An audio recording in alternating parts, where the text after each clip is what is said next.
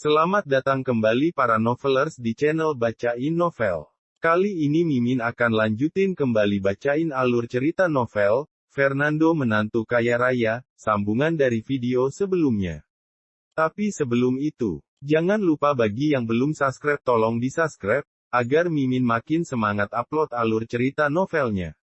Dan jangan lupa juga, aktifkan tombol loncengnya agar kalian tidak ketinggalan update terbaru dari channel ini. Selamat menikmati alur ceritanya. Bab 141. Ada apa? Jawab Fernando. Begini Rolls-Royce, Anda adalah tamu spesial Hiu Streaming. Kami ingin mengundang Anda untuk mengunjungi kantor pusat kami. Jika platform kami memiliki kekurangan, Anda dapat mengkritik kapan saja. Tentu saja, kantor pusat kami memiliki banyak penyiar yang kami latih sendiri dan mereka sangat cantik. Mereka juga penggemar pria Rolls-Royce. Jika mereka tahu bahwa Anda datang, mereka mungkin akan sangat senang. Semua penyiar kami dapat memenuhi apapun permintaan Anda. Administrator kembali menjawab Fernando. Perkataannya sangat berani dan lugas, semua diungkapkan tanpa ditutup-tutupi. Menyenangkan Fernando sampai seperti itu, tentunya ada tujuan tertentu, yaitu untuk mempertahankannya. Orang yang dalam satu hari bisa menghabiskan 2 miliar seperti ini adalah kesukaan platform streaming manapun. Begitu ya, saya akan pergi ke sana ketika saya punya waktu, Fernando menjawab dengan santai lalu meletakkan ponselnya. Dalam beberapa hari berikutnya, Fernando melalui hari-hari dengan santai. Sangat menyenangkan setiap hari berjemur di bawah sinar matahari, bermain catur, dan berjalan-jalan dengan istri, rasanya sangat menyenangkan. Uang 1 miliar milik Tazudin telah ditemukan oleh polisi dan dikembalikan. Dengan begitu, Tazudin tersenyum dan langsung mengumumkan di depan semua orang bahwa dia telah menjadi penggemar pria Rolls-Royce. Kedepannya di rumah, siapapun orang yang berani mengatakan bahwa pria Rolls-Royce tidak baik, dia akan membuang muka pada orang itu. Tidak hanya itu, setiap hari dia duduk di sofa menonton video pria Rolls-Royce. Dia memberi suka dan komentar di bawah video tersebut, serta bergabung dalam grup penggemar-penggemar pria Rolls-Royce. Benar-benar terlihat seperti penggemar sungguhan. Dalam 2 hari terakhir, Manurung menelepon Fernando dan menanyakan apakah Fernando mau datang ke rapat pemegang saham pertama PT Nando Jaya, PT Bank Negara, Bank hasil kerjasama dengan keluarga Wongso, Bank Pembangunan Lautan Timur. Fernando menolak. Dia tidak tertarik dengan pertemuan seperti ini dan terus menjalani kehidupannya yang santai. Hari-harinya sangat santai, tetapi selama ini, seluruh jalan kota Lautan Timur bergejolak. Begitu Bakri Haris meninggal, anak buah yang tersisa di bawah tangannya tiba-tiba menjadi sekumpulan orang tanpa pemimpin. Beberapa dari kekuatan ini terbagi, sementara yang lain direkrut secara diam-diam oleh pemimpin raksasa lain di jalan dan digunakan untuk keperluan sendiri. Pada hari ini, Fernando sedang berjemur di bawah sinar matahari di halaman. Ponselnya tiba-tiba berdering. Tuan Muda Fernando. Terdengar suara Juwono Chandra berkata, sisa-sisa pasukan Bakri Haris telah menyatukan kekuatan. Ada 6 orang jumlahnya dan semuanya telah kami rekrut. Singkatnya industri yang dia kelola telah jatuh ke tangan kami. Fernando mengangguk, bagus, tetapi industri utama Bakri Haris seperti pinjaman bunga tinggi, pinjaman online, dan penipuan keuangan dan sejenisnya, sekarang pemberantasannya sangat ketat, dan uang yang didapat dari usaha itu adalah uang haram.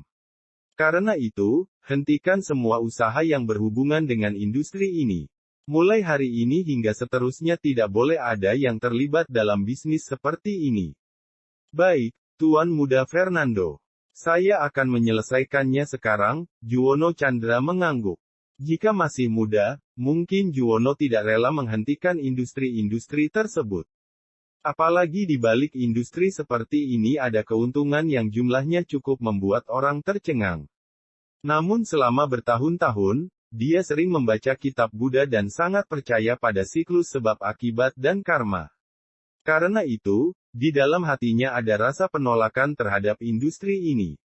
Yah, kalau tidak ada keperluan lain, saya tutup teleponnya. Fernando menutup telepon, mengelus dagunya, berpikir Juwono sering menelponnya akhir-akhir ini. Dia ingin pensiun dan meminta Fernando untuk merekomendasikan seseorang untuk mewarisi posisinya. Sekarang, Juwono terkesan seperti seorang biksu bagi Fernando. Perasaan menyangkal diri tanpa keinginan dan hanya ingin menjalani kehidupan yang sederhana. Fernando juga tidak berdaya. Mengenai pemilihan ahli waris, Fernando sudah memiliki rencana dalam pikiran, tetapi waktunya belum tiba. Gedung Bank Pembangunan Lautan Timur. Abidin Wangso datang dengan setelan jas dan sepatu kulit dan berjalan keluar dari ruang konferensi, wajahnya penuh semangat, dan langkah kakinya cepat. Bapak Abidin. Bapak Abidin. Sebuah suara datang dari belakang. Abidin menengok ke belakang dan terdapat seorang pria muda berdiri di belakang, senyum memenuhi seluruh wajahnya. Adip. Abidin bertanya, ada apa? Pemuda bernama Adip Chandra ini adalah seorang manajer bank cadangan yang memiliki kemampuan kerja yang biasa saja, namun memiliki kemampuan untuk menyenangkan atasan. Oleh karena itu, Abidin memiliki kesan yang baik tentang bawahan yang bijaksana ini. Nah, apa hasil dari rapat pemegang saham? Tolong beritahu saya. Adip menggosok tangannya dan berkata sambil tersenyum. Haha. Saya tahu bahwa kamu memiliki telinga yang baik dan ingin mengetahui segalanya. Abidin tersenyum, ada banyak hasil dalam pertemuan tersebut, jadi saya akan memilih 2 di antaranya yang berhubungan dengan kamu dan saya. Biar saya beritahu. Pertama, tentu saja, saya telah menjadi presiden bank kita. Kedua, kamu, manajer cadangan, juga menjadi manajer resmi bank kita. Hah. Mendengar ini, Adip sangat bersemangat. Gaji 1 tahun manajer resmi bank, ditambah dividen keduanya adalah 1 miliar sampai 1 miliar lebih rupiah. Ini belum termasuk pendapatan tersembunyi lainnya. Terima kasih, Presiden. Terima kasih, Presiden. Adip dengan cepat berterima kasih, saya tidak bisa menjadi manajer tanpa pertimbangan Anda yang teliti. Apa yang membuat kamu begitu berterima kasih? Kamu adalah orang saya menjadi presiden, maka posisimu juga akan naik mengikuti. Abidin melambaikan tangannya dan berkata, bank kita bank joint venture dengan banyak fraksi di dalamnya. Di permukaan, saya presiden, tapi di departemen dan jabatan penting lainnya, ada orang-orang dari bank BUMN dan sumber daya manusia. Mereka memegang kendali satu sama lain. Tentunya kamu sudah tahu apa yang harus kamu lakukan di masa depan kan? Sudah tahu, tentu sudah tahu. Adip mengangguk dan membungkuk, di masa depan, Adip akan menjadi orang presiden bank ini dan saya akan selalu mengutamakan kepentingan presiden. Saya, Adip, hanya akan menjaga presiden. Abidin mengangguk puas, Adip cukup bijaksana. Selama ini, saya sibuk dengan rapat umum pemegang saham, tapi saya lupa beberapa hal penting. Mata Abidin muncul dengan dingin, mengingat apa yang terjadi di Hotel Suprema hari itu. Tidak ada kata terlambat bagi seorang pria untuk balas dendam. Aku sudah selesai, Fernando, saatnya menghabisimu. Abidin bergumam, Adip datanglah ke kantorku. Baik, Adip pergi ke kantor presiden sesuai dengan perintah Abidin. Setelah pulang kerja malam ini, saya akan memintamu untuk menemukan seseorang di daerah abu-abu untuk membantu membawakan orang ini kepada saya. Abidin mengambil foto dan menyerahkannya kepada Adip. Sarah. Melihat orang di foto itu, Adip sedikit terkejut. Kenapa, kamu kenal Sarah? Abidin juga terkejut. Tentu saja saya tahu, saya sangat akrab dengannya. Adip tersenyum dan berkata, saya dibesarkan di sebuah desa yang sama dengan Sarah ketika saya masih kecil. Saya bahkan memanggil ayahnya, Tajudin Yasmundi Paman. Sejujurnya, Paman Tajudin mau menikahkan saya dengan Sarah beberapa tahun lalu, tetapi Sarah tidak setuju dan akhirnya menikah dengan manusia tidak berguna bernama Fernando Lukman. Ternyata kepentingan juga. Mata Abidin berbinar dan alisnya tiba-tiba mengerutkan kening. Kalau begitu, apakah kamu masih menyukai Sarah sekarang? Saya sudah lama tidak menyukainya, Adib melambaikan tangannya, Presiden, saya sudah menikah. Saya punya rumah dan mobil dan keluarga saya bahagia. Istri saya juga sangat cantik, bagaimana bisa saya masih menyukainya? Dia menikahi Fernando si tak berguna dan nantinya dia pasti akan menjalani kehidupan yang sulit. Saya hanya berharap jika dia mendapat masalah, jangan datang kepada saya dan menyebabkan masalah bagi saya. Bab 142. Baik, mendengar ini, Abidin mengerutkan kening, dia tidak ingin bawahannya menjadi saingan cintanya sendiri. Bagi Sarah, hingga saat ini, Abidin tidak pernah terlupakan. Karena kalian saling mengenal, itu akan lebih mudah. Apa kamu yakin bisa membawanya kepadaku malam ini? Kata Abidin. Dada Adib berdebar. Jangan khawatir, jika Presiden mengalami kesulitan, saya akan mengatasinya. Malam ini, saya akan membawa Sarah kepada Anda.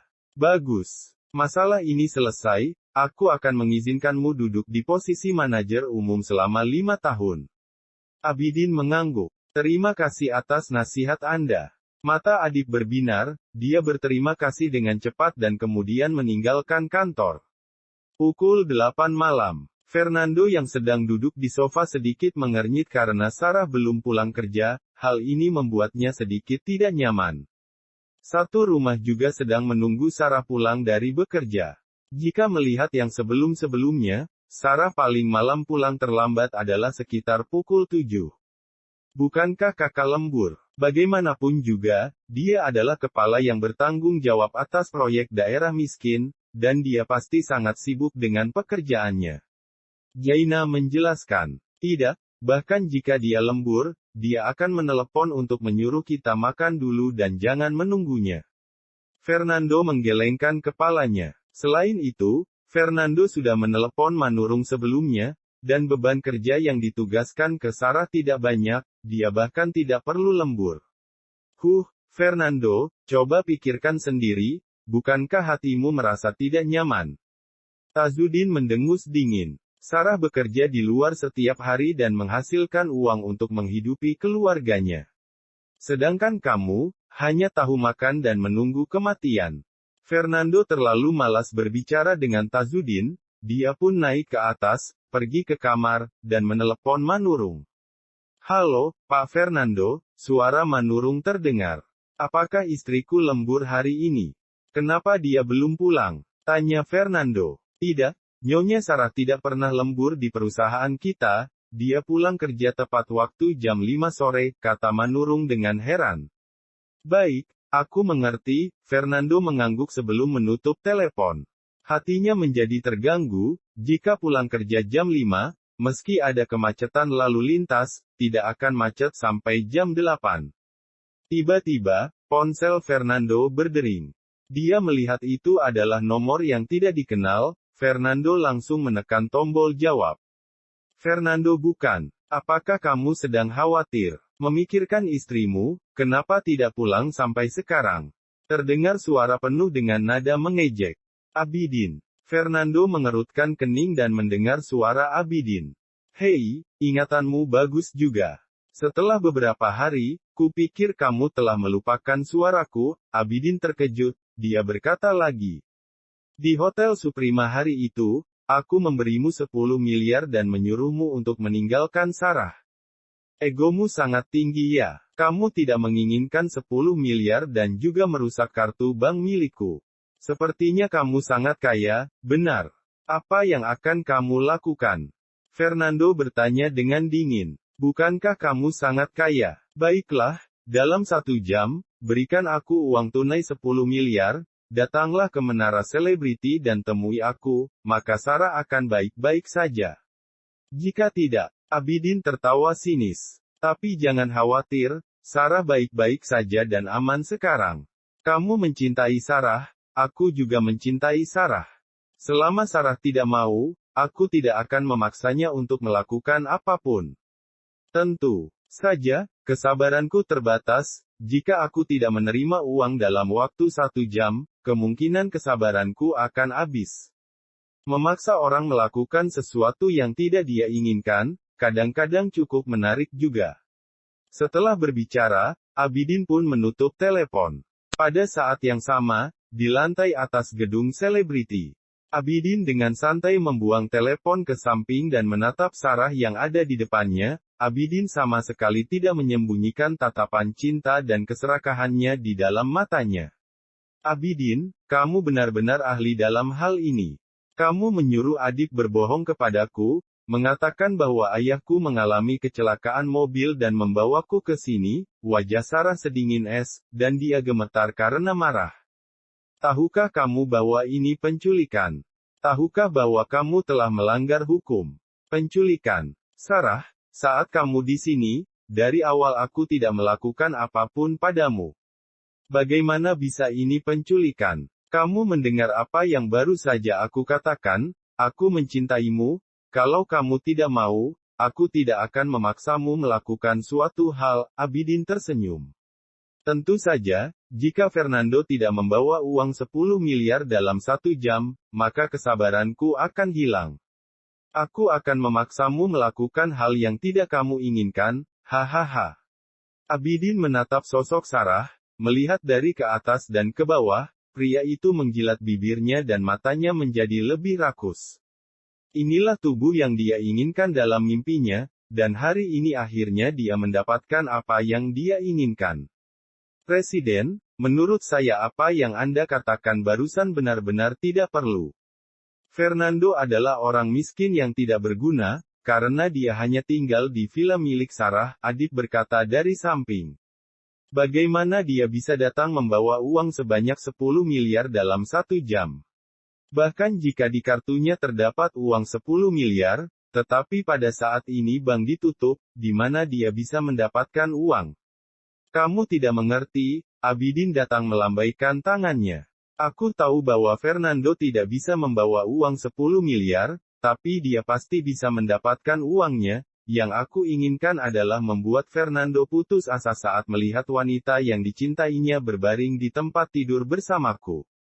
Siapa yang menyuruhnya menjadi orang miskin? Rencana yang bagus, Presiden. Adib berseru dan kemudian memandang Sarah tanpa belas kasihan. Sarah, bagaimana aku mengatakannya? Kita berdua tumbuh bersama, dan melihatmu menikah dengan seorang pengecut membuatku sangat sedih. Presiden sangat mencintaimu, mengapa kamu tidak menerimanya?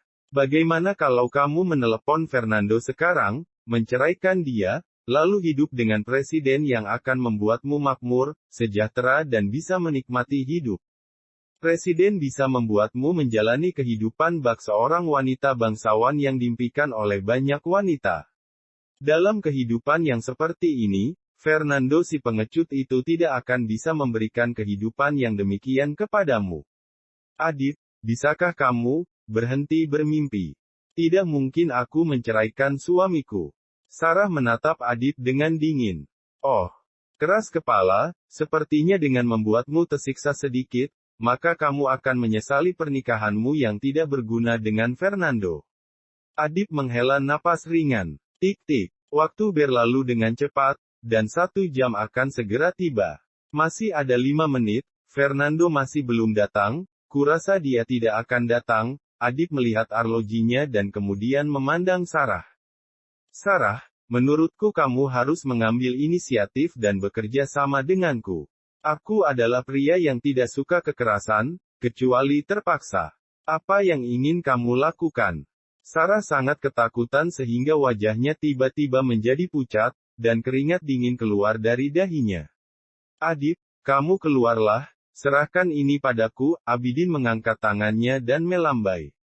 Baik, Adib dengan hormat mengangguk. Presiden, bersenang-senanglah.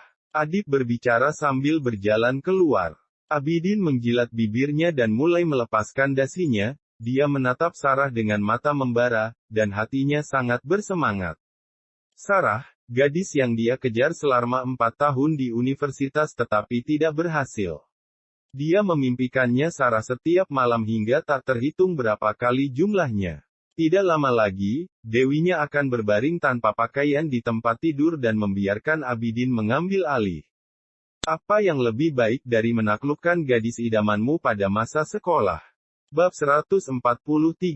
Setelah beberapa saat, Abidin melepaskan ikatan dasinya, melepas jaket dan kemejanya, dan memperlihatkan bagian atas tubuhnya.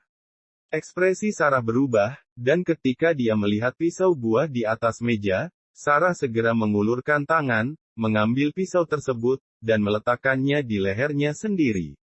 Sarah menatap dengan tegas dan berkata dingin, "Abidin, jika kamu berani melangkah lebih jauh, aku akan segera mati di depanmu." Abidin menghampiri dengan wajah penuh kebingungan. "Sarah, kamu lebih ingin mati daripada menjadi wanitaku.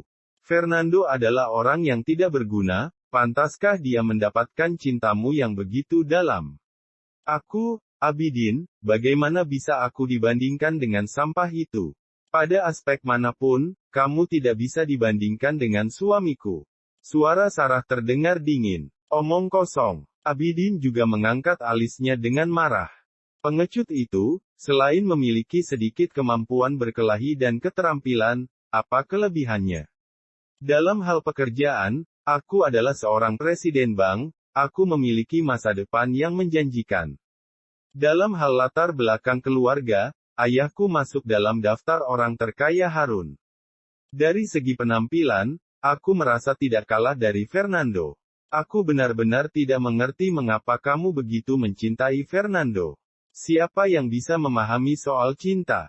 Aku suka dia. Aku mencintainya. Sarah tersenyum pahit, air mata mengalir di matanya. Sayang, bahkan jika aku mati, dia tidak akan membiarkan si predator Abidin menodaiku. Memikirkan hal ini, Sarah menekan pisau buah ke lehernya dan menggesek pisau itu sedikit. Brak. Tiba-tiba, suara gebrakan terdengar, pintu ruangan dibuka. Begitu Adib berjalan ke pintu, belum sempat dia membuka pintu, pria itu sudah terlempar ke belakang. "Ah, ini sangat menyakitkan." Adib menjerit, dia jatuh ke tanah dengan pantat mendarat terlebih dahulu, pria itu menggertakkan gigi karena kesakitan, dan keringat dingin keluar dari dahinya. Mendengar suara ini, Abidin dan Sarah sama-sama melihat keluar ruangan. Ada seorang pemuda berdiri di sana dengan mengenakan kaos yang sangat biasa. Pemuda tersebut membawa koper di tangan kirinya, tubuhnya yang agak kurus terlihat lemah dan rapuh. "Sayang." Mata Sarah berbinar, dia langsung berkata tanpa berpikir, dan tangisannya pun pecah. "Fernando." Abidin mengerutkan kening, dia tidak menyangka Fernando akan datang. Krek-krek. Fernando menginjak pintu yang runtuh dan berjalan menuju Abidin. "Ini 10 miliar, hitung saja." Dengan satu lambaian tangannya, koper itu jatuh di depan Abidin, tutup kopernya terbuka karena guncangan, memperlihatkan setumpuk uang kertas merah di dalamnya. Abidin bekerja di bank. Dengan sekali lihat dia bisa menebak bahwa uang itu sekitar 10 miliar rupiah, dan semuanya adalah uang sungguhan. "Tidak kusangka, kamu benar-benar mengumpulkan uang sebanyak 10 miliar dalam waktu 1 jam." Abidin melihat Fernando dengan terkejut. "Aku sangat ingin tahu bagaimana kamu mengumpulkan uang ini. Bahkan jika itu aku mungkin tidak akan mampu mengumpulkan uang 10 miliar tunai dalam waktu 1 jam karena bank sudah tutup. Soal itu kamu tidak perlu memikirkannya." Fernando berkata tanpa ekspresi. "Di mataku, istriku tidak ternilai harganya. Kamu hanya memintaku untuk memberimu 10 miliar tunai dalam waktu 1 jam, dan aku mendapatkannya. Istriku tidak ternilai harganya." Mendengar ini, hati Sarah menjadi hangat, air mata tidak bisa berhenti mengalir, dia merasa diselimuti oleh cinta yang dalam. "Sayang." Sarah meletakkan pisau buah, berlari ke arah Fernando, dan memeluknya erat. "Aku di sini, jangan khawatir, kamu akan baik-baik saja." Fernando dengan lembut menepuk punggung Sarah dan menghiburnya. Melihat semua ini, Abidin memandang mereka dengan mata dingin dan mengejek. "Fernando, kamu memang suka membual, kamu membual dan tidak takut merusak langit. Jangan katakan bahwa kamu bisa mendapatkan 10 miliar uang tunai dalam 1 jam, tahukah kamu berapa banyak rumah yang bisa dibangun dengan uang tersebut? Apakah keluargamu membuka bank?" Fernando terlalu malas untuk menjawab pertanyaan ini, dia melihat uang itu secara langsung dan berkata dengan dingin. Kamu menculik istriku di saat aku tidak waspada, itu adalah keahlianmu dan merupakan pelajaran bagiku karena tidak bisa melindungi istriku dengan baik. Kamu bisa mengambil uang 10 miliar ini, aku pun akan menganggapnya sebagai pembelajaran, tetapi masalah ini tidak akan selesai semudah itu. Mendengar ini, Abidin sangat marah. Fernando, kamu orang yang tidak berguna, sikap seperti apa yang kamu gunakan untuk berbicara denganku? Kamu pikir kamu siapa? Kamu bahkan mengatakan bahwa masalah ini tidak akan selesai semudah itu. Kamu adalah sampah, dari mana kamu dapatkan kepercayaan diri untuk berbicara denganku seperti ini? Akulah yang harus mengatakan ini. Di Hotel Suprema kamu menghinaku di depan umum dan mempermalukan diriku di pertemuan kelas. Aku tidak akan mengakhiri masalah ini denganmu. Ketika selesai berbicara, dia mengangkat tangan dan menepukkan tangan. Prok prok prok, tap tap tap. Di luar ruangan terdengar suara langkah kaki 10 pria berbadan besar masuk dari luar. Orang-orang ini memiliki parang di tangan dan tato di tubuh mereka, masing-masing dari mereka memiliki wajah yang garang dan terkesan jahat. Begitu mereka masuk, semua mata tertuju pada Fernando. Suhu ruangan sepertinya menjadi lebih dingin. Fernando, apakah menurutmu gedung selebriti adalah tempat di mana kamu bisa datang dan pergi kapan saja kamu mau? Abidin tersenyum penuh kemenangan saat melihat orang-orang berbadan besar ini. Untuk menyambut kedatanganmu, aku sepenuhnya sudah siap. Orang-orang ini adalah orang-orang jalanan dengan keterampilan luar biasa, bukankah kamu pandai dalam berkelahi? Aku tidak percaya kamu bisa mengalahkan 10 orang sendirian.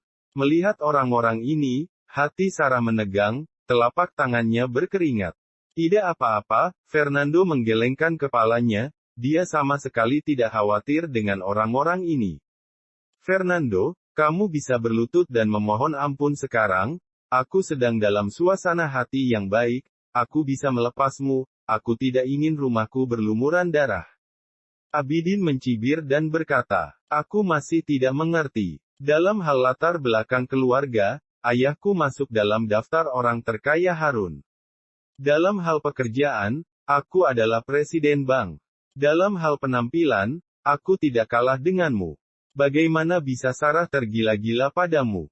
Latar belakang keluarga, pekerjaan, penampilan, apakah ini semua hal yang harus kamu banggakan? Suara Fernando menjadi tegas. Hah, latar belakang keluarga, pekerjaan, dan penampilanku jauh lebih unggul dari orang-orang seusiaku. Jika aku tidak bangga, siapa lagi yang akan membanggakanku? Abidin mendengus dingin, wajahnya dipenuhi kebanggaan. Kalau begitu aku akan menghancurkan semua harga dirimu. Fernando berbicara dengan ringan, aura dingin memancar dari tubuhnya. Semua orang memiliki titik lemah, jika titik itu disentuh, maka orang yang menyentuhnya akan mati. Dan Sarah adalah titik lemah Fernando. Tidak peduli siapa yang menyentuh Sarah, Fernando pasti akan membalasnya. Apa maksudmu? Abidin bertanya kebingungan. Tetapi saat berikutnya, Fernando sudah mulai bergerak. Wush! Bak sebuah bayangan, Fernando melesat dan muncul di depan salah satu orang berbadan besar. Pria berbadan besar itu belum sempat bereaksi, tiba-tiba dia merasakan sakit di dadanya, satu kaki Fernando melayang di atas seperti bola meriam. Brak! Dada pria berbadan besar itu langsung dihantam dengan kecepatan yang bisa dilihat dengan mata telanjang, dan semua tulang rusuknya patah. Seluruh tubuhnya bak layang-layang yang patah, dia terjungkal terbalik, jatuh ke lantai, muntah darah, dan lehernya pun miring, pria itu langsung pingsan bahkan tanpa sempat berteriak. Namun, semua ini belum berakhir. Wush! Konon status orang ini di jalanan tidak rendah, apalagi dalam beberapa periode belakangan ini, tampaknya beberapa kekuatan lain telah dia telan, dan kekuatannya juga meningkat seiring arus. Harga yang diminta juga sangat mahal, 200 juta untuk satu orang. Tapi bagi Abidin, dengan statusnya sekarang yang menjadi presiden, juga ayah kaya raya yang mendukung dia di belakang, dia sama sekali tidak kekurangan uang.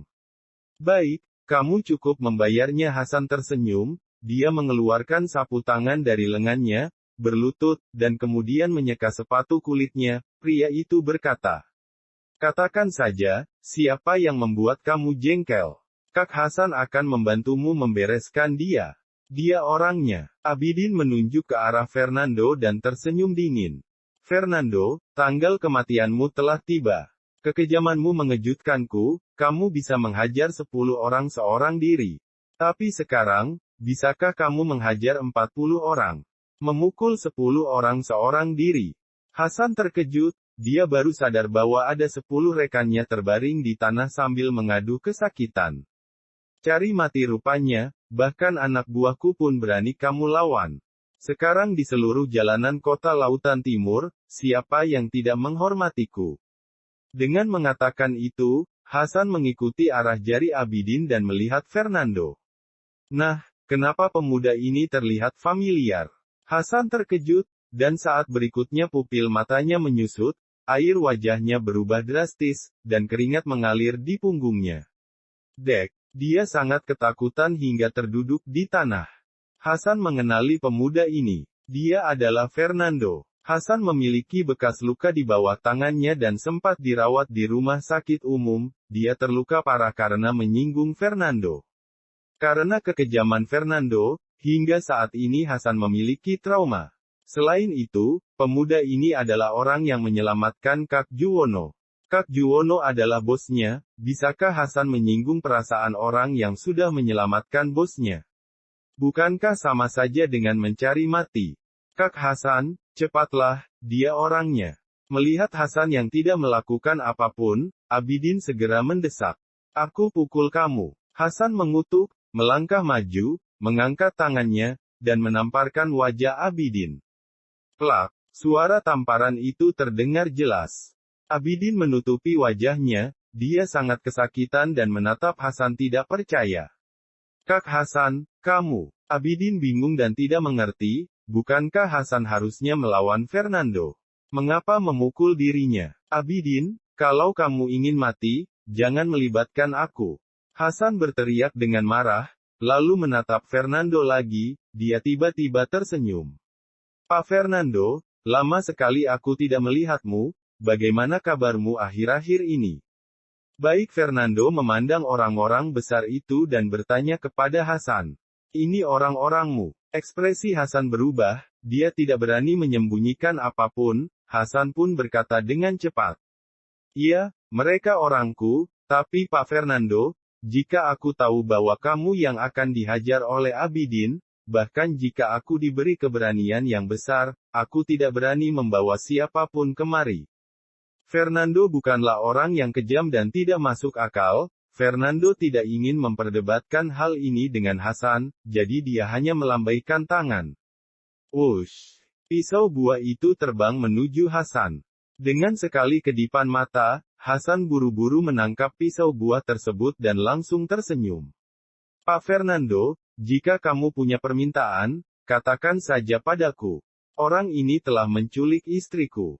Awalnya, berdasarkan karakterku, tidak mungkin dia bisa bertahan hidup." Fernando melirik Abidin. "Tapi aku berubah pikiran, daripada membuatnya mati, aku akan membuat hidupnya sangat sengsara. Aku akan menghancurkan semua harga dirinya." Kata-kata ini terdengar sangat dingin, membuat seluruh tubuh Abidin gemetar. Lukai wajahnya. Fernando berkata dengan dingin. "Pekerjaan, latar belakang keluarga, penampilan. Abidin, mari kita mulai menghancurkan penampilanmu dulu." "Baik, Pak Fernando, Anda tunggu sebentar." Mendengar ini, Hasan tidak menolak, dia langsung melambaikan tangannya. "Ayo ke sini beberapa orang, pegang Abidin." 4 pria besar segera bergegas memegang Abidin, mereka menendang lebih dulu. Abidin ditendang hingga jatuh ke lantai. Setelah itu, lelaki besar itu menekan Abidin di bagian tangan dan kakinya. "Apa yang sedang kamu lakukan? Jangan sentuh aku." Abidin berusaha menyelamatkan diri, tetapi tidak berhasil. "Nak, jangan salahkan Kak Hasan karena bertindak kejam. Jika kamu ingin menyalahkan, maka salahkan kamu karena buta dan menyinggung seseorang yang salah." Hasan mengambil pisau buah, berjongkok, Tertawa sinis, dia menempelkan bagian samping pisau itu ke wajah Abidin. Sentuhan dingin itu membuat jantung Abidin berdetak kencang, hal tersebut membuatnya berteriak berulang kali. Kak Hasan, tolong jangan menggores wajahku. Kumohon padamu. Tidak ada gunanya memohon padaku, kamu yang menyinggung perasaan Pak Fernando dan hampir menyeretku ke dalam masalah. Kekejaman muncul di mata Hasan, ujung pisau mengarah ke Abidin dan mendekat ke wajah kirinya, Hasan pun menggores dengan keras. Bersambung ke bab 145. Terima kasih sudah setia di channel ini. Sampai jumpa pada bab selanjutnya.